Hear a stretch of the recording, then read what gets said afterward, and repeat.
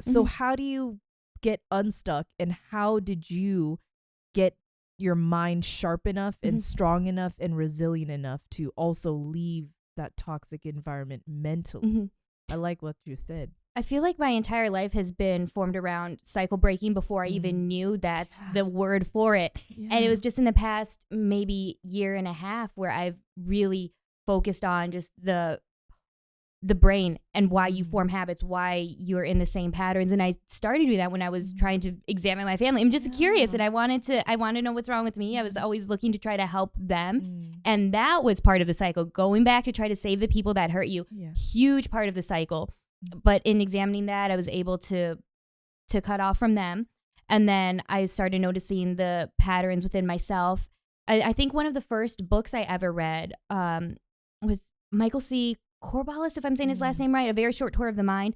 And that really helped me understand what the brain does when you're going back, and just the very base levels of memory, of remembering a memory, of repeating the same things. And I think starting to learn about how the brain works and about neuroplasticity and just about habit forming and goal setting and all of those little things just all came together in just such a miraculous way in the last year, where I was able to identify, oh my gosh, this is exactly what a cycle is, and this is how you break it, and I'm in a cycle. That's why I'm in a relationship with a narcissist. My mom was a narcissist. And realizing, oh my gosh, I never left the environment. I've been running and traveling nationally for work, going to different states, like doing all these different things externally for work to try to get away and to try to reaffirm that I am not these people in this house that I grew up in, or I'm not that ex, or I'm not these old friends that I used to hang out with. And realizing these are the little tedious things that I do daily. These are the little ways that I think that go way back to the first like core beliefs that I've had. And that's what comes down to breaking a cycle, is your core beliefs.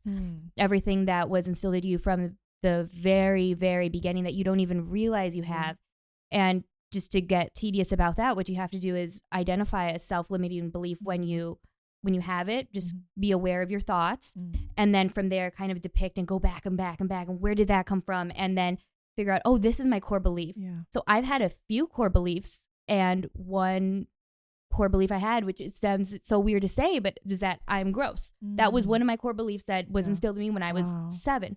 And identifying that as a grown woman, that's so weird, and people wouldn't assume like, oh, then why are you always doing your hair? Why are you in this profession? Why are you doing this? Like, well, I was with people who were making me feel gross about myself, with people who were, that was just the word. And there's different words for that, but those are, essentially the basics of how you learn how to break a cycle. It gets really deep and really personal and really embarrassing to have to say, oh, that's what I thought about myself. Like, that is nothing that I would think consciously, but it's the subconscious programming that you have to really look at yourself and look in the mirror and realize, oh, that's why I'm not liking what I'm seeing, because subconsciously it's been that way since the start. So if we have any bad habits today, it's from something that was instilled in us when we were very young.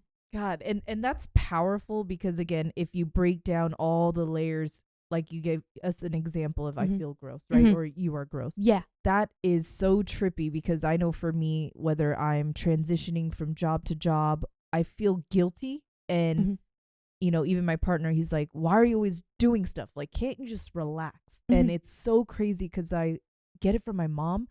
She didn't think that she was enough unless she was people pleasing, right? She would over clean, overfeed everybody, check in with everybody. She could be, you know, having a heart attack, but she will put everybody first, right? But it comes from that core belief of, I'm not enough. I'm not enough. That is a big one. That is a major core belief that so many people battle with. Oh man. So again, just even this podcast, you know, I'm starting a candle business to support the podcast. I've been doing all of this in the last maybe 3-5 months. And it's like, Jean, take this time to just sit. Take this time to relax, which I am. But something in me is like, I got to keep doing. I got to keep, you know, showing up for people. But there's that delicate dance where it's okay. However, when it's a moment where you are desperately needing you, then that's when it becomes almost toxic and dangerous.